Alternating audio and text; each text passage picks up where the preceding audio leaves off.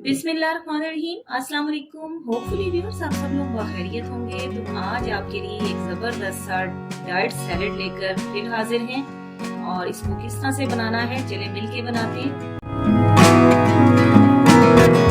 तो जल्दी से प्रोसीजर को स्टार्ट करते हैं और यहाँ एक मिक्सिंग बाउल मैंने ले लिया है और सबसे पहले हम ये करेंगे, इसके लिए यहाँ 2 नींबू मैंने ले लिए हैं और उनका रस निकाल लेते हैं। डाइट करने वाले लोग, हेल्थ कॉन्शियस लोग और जो हेल्दी खाना पसंद करते हैं उनके लिए एक ज़बरदस्त चीज़ है जी। तो रस नींबू का निकाल लिया है और अब इसमें ये देखिए 1 टेबल स्पून में डाल रही हूँ ऑलिव ऑयल, 1 टीस्पून कुटी हुई काली मिर्च है, 1 टेबल स्पून भुना कुटा हुआ जीरा है, 1 टीस्पून नमक है।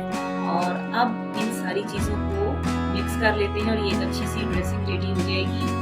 यहाँ आप अपने टेस्ट के अकॉर्डिंग अगर इसको मज़ीद चटपटा बनाना चाहें तो आप चिली फ्लेक्स या फिर चाट मसाला वगैरह भी डाल सकते हैं। ये तो अपनी एक पसंद की बात होती है, अपने टेस्ट की बात होती है। तो ये देखिए ड्रेसिंग रेडी हो चुकी है और अब इसमें मज़ीद जो चीज़ें जाएंगी तो सबसे पहले जो मेन की इंग्रेडिएंट है, यहाँ पे 2 कप मैंने उबले हुए काले चने ले लिए हैं, ये ऐड किए। 2 टेबल स्पून यहाँ पे ड्राई फ्रूट में मैं अखरोट का यूज़ कर रही हूँ, तो 2 टेबल स्पून यहाँ अखरोट की गिरी है। और जो वेजिटेबल्स जाएंगी अब साथ साथ देख लेते हैं किस क्वांटिटी में है। और सबसे पहले एक मीडियम साइज का प्याज छोटे छोटे क्यूब्स में कट किया हुआ है, ये ऐड कर देते हैं।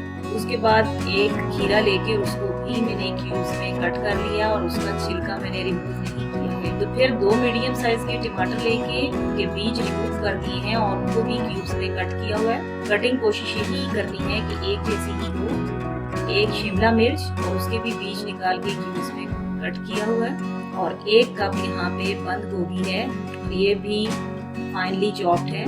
वेजिटेबल्स अपनी अवेलेबिलिटी पे या अपनी पसंद के अकॉर्डिंग आप यूज कर सकते हैं। अब यहाँ मुट्ठी भर पुदीने के पत्ते थे, वो भी बारीक कट किया हुआ और वो भी ऐड कर दिए। और अब इन सब चीज़ों को अच्छा सा मिक्स कर लेते हैं। देखिए कितना झटपट ये ज़बरदस्त सा सैलेड बन गया है।